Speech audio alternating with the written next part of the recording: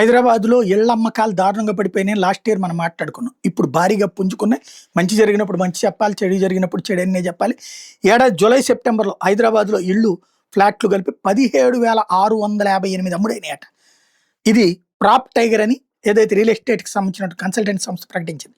Last year ఇదే కాలంలో 11,564 అమ్మితే ఏడాది ఏకంగా 17,658 అంటే దాదాపుగా 6,000 ఎక్స్‌ట్రా అమ్మారు. 53% పెరిగింది. వడ్డీ రేట్లు స్థిరంగా ఉండటానికి తోడు గిరాకీ కూడా పెరగడంతో హైదరాబాద్, బెంగళూరు, చెన్నైలో కలిపి ఇళ్ల విక్రయాలు 47% పెరిగినాయి. 38,644 ఈ టర్మ్‌లో పెరిగినాయి అనమాట. లాస్ట్ ఇయర్ ఇదే కాలంలో 26,284తో పోలిస్తే విక్రయాలు పెరుగుతున్నాయి.